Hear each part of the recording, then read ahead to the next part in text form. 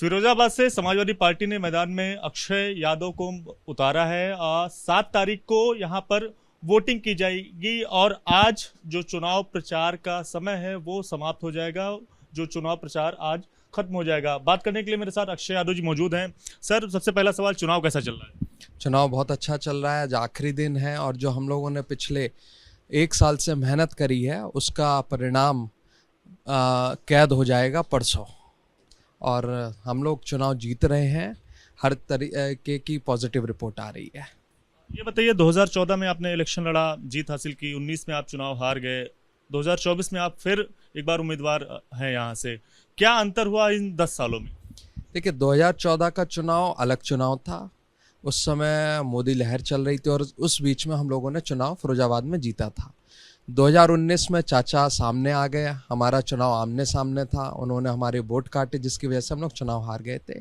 ये जो चुनाव होने जा रहा है, तीसरी बार जो मैं लड़ रहा हूँ, ये चुनाव समाजवादी पार्टी का, इंडिया गठबंधन का है। चाचा साथ में है और ये बहुत अच्छे मार्जिन के साथ चुनाव हम लोग फिरोजाबाद से जीतने का काम करेंगे।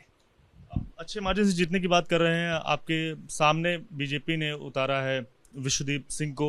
उनका कहना है, आपसे कुछ देर पहले उन्होंने रोड शो निकाला, वो कह रहे हैं कि हम राम भक्त हैं, राम भक्त हनुमान ने अक्षय का क्या हाल किया सारा जग जानता है। वो रामायण से उदाहरण ले रहे हैं। क्या जवाब आप करेंगे? हम भगवान राम को भी मानते हैं, हम भगवान कृष्ण को भी मानते हैं, हम बजरंगबली को भी मानते हैं। और ये चुनाव चल रहा है, चुनाव के मुद्दे हैंगे विकास के, चुनाव के मुद्दे हैं नौजवानों को नौकरी दिलाने के, चुनाव का मुद्दा है संविधान को बचाने का, चुनाव का मुद्दा है किसानों का एमएसपी की गारंटी दिलाने का। जब भाजपा के पास मुद्दे नहीं होते चुनाव लड़ने के लिए तो वो धर्म की बात करने लगता है। मैदान में आए, जनता के बीच में जाएं, जनता क्या चाहती है उनसे पहले समझें, फिर भाषण देना चालू करें। से कुछ घंटे पहले मैनपुरी और बदायूं की हमने तस्वीरें देखी। कई सारे जो आरोप है वो आपके चाचा शिवपाल यादव लगा रहे हैं कि प्रशासन दबाव में है और दबाव में ये पूरा इलेक्शन जो है वो करवा रहा है। क्या आपको भी ऐसा लगता है? नहीं, बिल्कुल प्रशासन दबाव में है। कल राष्ट्रीय अध्यक्ष जी भी कह के गए थे। लगातार 3-4 दिन से देख रहे हैं एक तरफा कार्रवाई समाजवादी पार्टी के नेताओं को उठाकर उनको पाबंद कर रेड कार्ड देकर करी जा रही है। कहीं भी अभी तक हम लोगों ने देखा कि भाजपा के किसी आदमी के ऊपर ऐसी कार्रवाई हुई हो। कहीं ना कहीं जब हताशा होती है तो बल का प्रयोग करने की कोशिश भाजपा करती है और वही कर रही है। अखिलेश यादव जी के जो रोड शो था उसमें उसके बाद वहां पर महाराणा प्रताप की मूर्ति पर समाजवादी, ऐसा आरोप लगा कि समाजवादी पार्टी के जो कार्यकर्ता थे उन्होंने झंडा लगाने की कोशिश की। उस दौरान भगदड़ हो गई।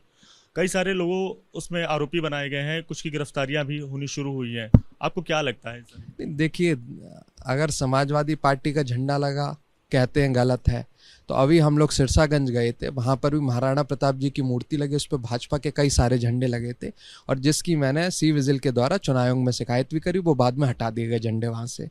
तो भाजपा के लोग जब हताशा में हैं, उन्हें लग रहा है कि चुनाव हार रहे हैं और इस तरीके से हार रहे हैं कि मार्जिन कम करना चाहते हैं। जो जीत का मार्जिन समाजवादी पार्टी पा रही है, उस मार्जिन को कम करने के लिए तो प्रशासन का दबाव डाल रहे हैं, ऊपर से गुंडागर्दी पर उतर आए हैं। जो गुंडे हैं आज की डेट में सारे भाजपा के अंदर हैं और भाजपा इन गुंडों को लगाम लगाने का काम करे, प्रशासन निष्पक्ष चुनाव करे, यही हम लोग की मांग है। भाजपा लगातार कह रही 80 में 80 इस बार यूपी में जीतेगी। क्या आपका जवाब है? और क्या जिस तरह का इस बार इलेक्शन हो रहा है, जैसा आप बता रहे हैं या कह रहे हैं, आरोप लगा रहे हैं कि जो चुनाव आयोग है या फिर उसके ऊपर दबाव है, प्रशासन भी दबाव में है, तो क्या उम्मीदें आपके लेकर है जनता से? देखिए, हमारा सीधा साधा सा नारा है, 80 हराओ भाजपा हटाओ। उस पर हम लोग पहले दिन से काम कर रहे हैं। 80 की 80 सीटें भाजपा हारने वाली है और मैं चुनाव आयोग से यही मांग कर रहा हूँ कि निष्पक्ष चुनाव होना चाहिए। जितना मौका माने जो प्रशासन है वो एक तरफा कार्रवाई ना करे, कार्रवाई की जरूरत हो तो कार्रवाई करे। और जब हम लोग सीधे साधे वोट मांग कर समय से कोई आचार संहिता का उल्लंघन नहीं कर रहे तो जबरदस्ती कार्रवाई ना करी जाए और निष्पक्ष चुनाव करवाया जाए। बात करने के लिए तो अक्षय यादव जो फिरोजाबाद से समाजवादी पार्टी के उम्मीदवार है, उनका यही कहना है कि इस बार कोई मोदी लहर जैसी स्थिति नहीं है और परसों जब वोट डाले जाएंगे तो जनता जो है वो भारी मतदान उनके पक्ष में करेगी। अब देखने वाली बात होगी जब 4 जून को नतीजे आते हैं तब कौन सा प्रत्याशी इस सीट से जीत हासिल करता है। कैमरा पर्सन राजेश मीना के साथ दिव्यांकर तिवारी, एबीपी न्यूज, फिरोजाबाद।